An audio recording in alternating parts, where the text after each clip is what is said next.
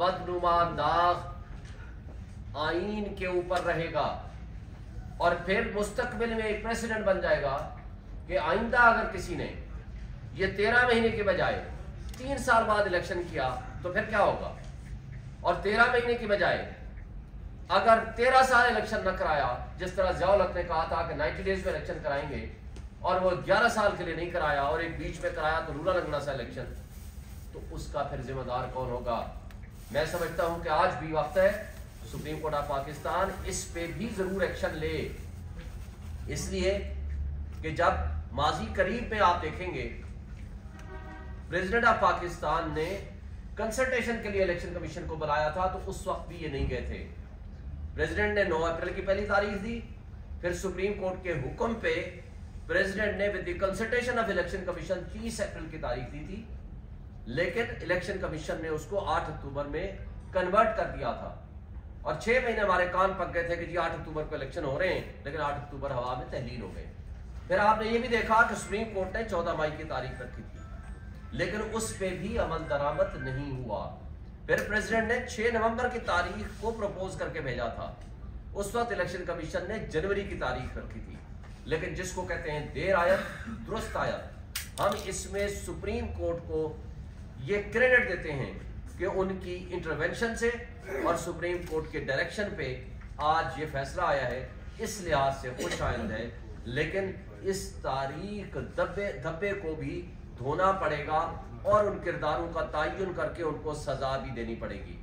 अब आते हैं इलेक्शन कमीशन की तरफ। देखिए, इस वक्त इलेक्शन कमीशन की जिम्मेदारी सिर्फ एक है, आईनी इदारा है, उनका एहतराम और उनसे जो जिम्मेदारियां हैं, जो उनकी कॉन्स्टिट्यूशनल ड्यूटीज हैं, उनको वो समझने की जरूरत है। वो अगर कमजोरी दिखाएंगे, वो अगर इम्पार्शल नहीं होंगे, पार्शल हो जाएंगे, वो किसी की जानिबदारी शुरू कर देंगे या किसी के हाथों में खिलौना बन जाएंगे, तो अफसोस से कहना पड़ेगा तो फिर ना उनका एहतराम होगा और उनके ऊपर तनकीद भी होगी, उनके ऊपर मिसट्रस्ट भी होगा। आप मुझे बताएं, इलेक्शन कमीशन ने 30 अगस्त को in the presence of media, in the presence of our advocates ये तयन किया और ये फैसला सुनाया कि बल्ले का निशान भी होगा और चेयरमैन पीटीआई भी चेयरमैन के ओहदे पे बरकरार रहेंगे, लेकिन बदकिस्मती से आज तक वो फैसला बाहर नहीं आया। आपने कल देखा चेयरमैन इलेक्शन कमीशन ने अपने उस फैसले को रिकन्फर्म किया मीडिया के सामने, लेकिन रिटर्न में हमारे पास फैसला नहीं पहुंचा। उसका नुकसान क्या है? सियासी अदम इस्तेकाम और शुकूक व शुबहात बढ़ रहे हैं। हर दूसरा शख्स ये पूछता है हमसे, मीडिया वाले पूछते हैं क्या बल्ले का निशान होगा? भाई, सबसे बड़ी पॉलिटिकल पार्टी है पीटीआई, इमरान खान फेडरेशन की अलामत है, पीटीआई फेडरेशन की अलामत है। चारों सूबों में जीबी, गिलगित बल्तिस्तान और कश्मीर में सबसे ज्यादा अगर पॉपुलर पार्टी है तो वो पीटीआई है। अगर मोस्ट पॉपुलर पॉलिटिकल पार्टी और फेडरेशन की अलामत को जिस अंदाज से ट्रीट किया जाया है रियासती इदारों की तरफ से, आईनी इदारों की तरफ से, यह काबिल अफसोस है। अगर आपके इलेक्शंस वक्त पे हो जाते तो जो सियासी अदम इस्तेहकाम, अफरा तफरी, इंतशार, बददिली फैली है जिससे $बिलियन का आपके मुल्क का नुकसान हुआ है, वो शायद ये रियासती इदारे उसके जिम्मेदार हैं। और शायद वो हम जो आवाम को, जो 25 करोड़ आवाम आज माशी तबाही की दलदल में फंस चुकी है, शायद उनको हम निकालने में कामयाब होते अगर आईनी इदारे अपने ड्यूटीज वक्त पे करते और सही तौर पर करते। और आपने देखा आज सुप्रीम कोर्ट ने दुरुस्त कहा कि अगर कोई आईनी शख्सियत अपनी कुर्सी के साथ, अब आइन के साथ इंसाफ नहीं कर सकता, अपनी जिम्मेदारियां अदा करने से कासिर है, तो उसको वो कुर्सी छोड़ देनी चाहिए। इसलिए कि एक आप आवाम के सामने जिम्मेदार हैं और फिर अल्लाह के सामने आप जिम्मेदार हैं, आपने ओथ उठा रखी है। लिहाजा जो सोशल कॉन्ट्रैक्ट है रियासत के साथ आवाम का, वो आपका आईन है।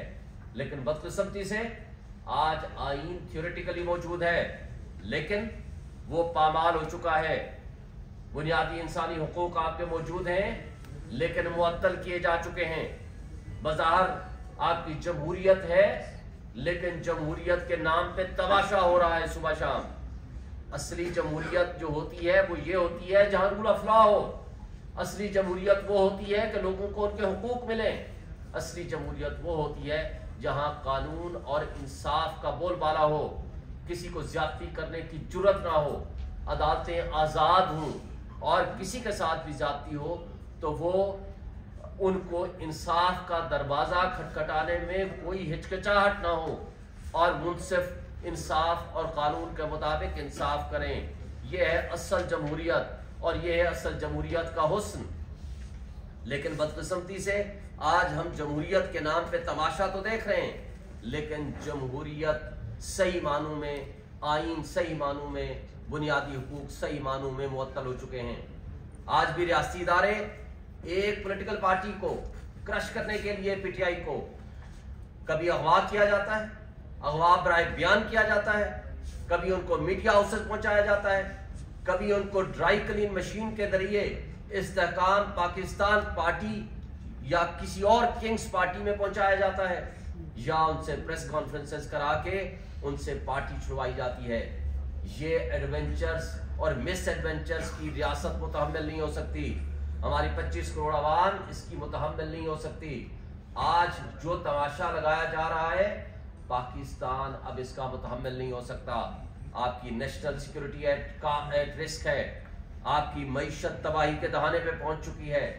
लेकिन बदकिस्मती से वो इदारे जिनकी जिम्मेदारी है कि लोगों के हुकूक का तहफ़्फ़ुज़ करें, लोगों के बुनियादी हुकूक को बहाल करें और फ्री एंड फेयर इलेक्शन के लिए फैसिलिटेट करें, लेकिन बदकिस्मती से तमाम निगरान हुकूमतें और उसके साथ साथ इलेक्शन कमीशन ऑफ पाकिस्तान और उसके साथ रियासती इदारे वो जानिबदारी का मुजाहरा करते हुए लंदन एग्रीमेंट के मुताबिक सिर्फ एक पॉलिटिकल पार्टी को, PMLN को फेवर करने के लिए और उसको सपोर्ट करने के लिए, हालांकि पब्लिक में उनकी कोई सपोर्ट नहीं है, उसके लिए मरे जा रहे हैं, उसके लिए उल्टे सीधे हुए जा रहे हैं। लेकिन अफसोस से कहना पड़ता है कि उनको फिर भी उनके खिलाफ मजीद नफरतें फैल रही हैं।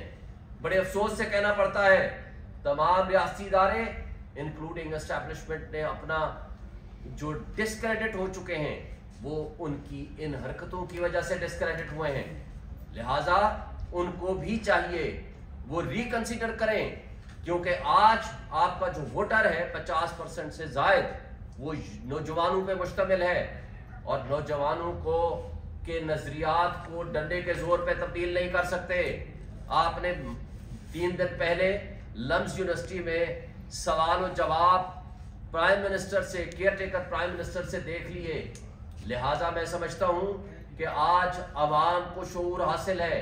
आज 2023 है, इसलिए रियासत के साथ, मईशत के साथ, इस मुल्क के साथ खिलवाड़ न करें। इस मुल्क की आवाम का हक है कि वो अपनी मर्जी से मुंतखब नुमाइंदे इलेक्ट करें, ताकि वो उनको ओनरशिप फील कर सकें, और स्ट्रॉन्ग डेमोक्रेटिक गवर्नमेंट जो होगी वो जिम्मेदार होगी ताकि मुल्क के मसाइल हल कर सकें। कौन होगा इन हालात में, मुझे बताएं, जो इस बददिली के माहौल में, इस रूल ऑफ लॉ की वायलेशन में, इस बुनियादी हुकूक की मुअत्तली में कौन अपनी इन्वेस्टमेंट लेकर आएगा, कौन ओवरसीज अपने पैसे यहाँ लेकर आएगा, कैसे आपकी मुल्क की मईशत दुरुस्त होगी अगर वक्त से पहले इलेक्शन को मुतनाज़ा कर दिया गया।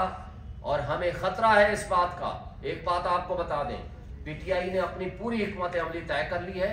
हम पाकिस्तान के तमाम सीटों पे हम इलेक्शन लड़ेंगे और इंशाअल्लाह ताला कामयाबी हमारा मुकद्दर होगी, और इमरान खान और पीटीआई एक दफ़ा फिर अपना प्राइम मिनिस्टर बनाएगी, और इसमें हमें कोई शक व शुबा नहीं है। लेकिन हमें अफसोस से कहना पड़ता है, हमें इस बात का खदशा है और शदीद खदशा है कि हमारे जो कैंडिडेट्स होंगे उनको उठाया जाएगा। इलेक्शन कमीशन से मैं मुतालबा करता हूँ कि हमें तहफ़्फ़ुज़ फराहम कराया जाए। हमारे प्रपोजर्स, जो कैंडिडेट्स के प्रपोजर्स कैंडिडेट्स होंगे उनको उठाया जाएगा। तो इसलिए उनकी जिम्मेदारी है कि फ्री एंड फेयर इलेक्शंस कराएं, और इसी तरह इलेक्शन कमीशन से मैं पूछता हूं कि एस्टेब्लिशमेंट आपकी हुक्म की नहीं तामील कर रहा, क्यों नहीं कर रहा? वो उन लोगों को ट्रांसफर नहीं कर रहा जो मुतनाज़ा लोग बैठे हुए हैं। तो क्या इलेक्शन कमीशन तौहीन अदालत की कार्रवाई शुरू करेंगे उनके खिलाफ? क्योंकि आइन का आर्टिकल 220 उनको इजाजत देता है कि तमाम इदारे for the purpose of holding free and fair election उनको फैसिलिटेट करेंगे। लिहाजा आपको अगर तौहीन अदालत इमरान खान के खिलाफ तो नजर आती है, लेकिन क्या आपकी आंख और कान बंद तो नहीं होने चाहिए कि जो तर्ज अमल एस्टेब्लिशमेंट डिवीजन का ट्रांसफर ना करने का और उन इदारों का जो आपके अहकामात की तामील करने की बजाय पीटीआई को क्रश करने में लगे हुए हैं। पूरे मुल्क में सारी सियासी जमातें अपने जलसे कर रही हैं और हमें जलसे करने की इजाजत नहीं है। और जो जलसे करने की कोशिश करता है, ना सिर्फ उनको गोलियां मारी जाती हैं या उनको अगवा कर दिया जाता है या उनके ऊपर तशद्दुद होता है या उनको जेलों में बंद कर दिया जाता है। ये तर्ज अमल किसी लिहाज से फ्री एंड फेयर इलेक्शन के लिए सूटेबल नहीं है। पॉलिटिकल इंजीनियरिंग की वर्स्ट काइंड इस्तेमाल हो रही है और ये मैं समझता हूँ कि तमाम स्टेक होल्डर्स को और सबसे ज़्यादा बड़ी जिम्मेदारी इलेक्शन कमीशन ऑफ पाकिस्तान जो आईनी इदारा है उनकी जिम्मेदारी है कि वो फ्री एंड फेयर इलेक्शन के लिए फैसिलिटेट करें और जो आपके अहकामात की तामील नहीं कर रहे उनके खिलाफ आप एक्शन लें। और इसी तरह इलेक्शन कमीशन ने जो लेटर लिखा था एक्टिंग प्राइम मिनिस्टर को, केयरटेकर प्राइम मिनिस्टर को, कि फवाद हुसैन फवाद को और बाकी जो PMLN से ताल्लुक़ रखने वाले मिनिस्टर्स हैं उनको हटा दिया जाए, उस हवाले से प्राइम मिनिस्टर ने कोई एक्शन नहीं लिया। तो मैं समझता हूँ कि आपने जो KPK में पूरे वजीरों को बदल दिया वो भी 6 महीने के बाद, यानी आपने उस वक्त तक 6 महीने आप सोए रहे, लेकिन जो कुछ तर्ज अमल मोहसिन नकवी पंजाब की गवर्नमेंट हमारे साथ कर रही है, वहाँ की जो इंतज़ामिया कर रही है या जो PMLN से रिलेटेड लोग यहाँ केयर टेकर सेटअप पे बैठे हैं, ये जिम्मेदारी है इलेक्शन कमीशन की कि उनके ऊपर एक्शन ले और उनको हटाए और फौरी तौर पर उनको तब्दील करें। और मैं समझता हूँ कि इंसाफ और कानून का दोहरा मेयार जो हमारे साथ इस्लामाबाद हाई कोर्ट कर रही है वो सब आपने देख लिया है। जो सलूक इमरान खान के साथ है वो आपने देख लिया, और जो सलूक मियाँ नवाज शरीफ साहब के साथ हो रहा है वो भी पूरी कौम देख रही है। आज तारीख लिखी जा रही है। मैं समझता हूँ कि आज भी वक्त है कि हमें आईन और कानून के साथ खड़ा होना है, हमें इंसाफ सबके लिए एक जैसा होना है, ना कि ये कि कुछ आपने सुपर लाडले पाल रखे हों और उनको फैसिलिटेट करने के लिए हर वो हरबा इस्तेमाल करें जो कि ना आईनी है ना कानूनी है। Thank you.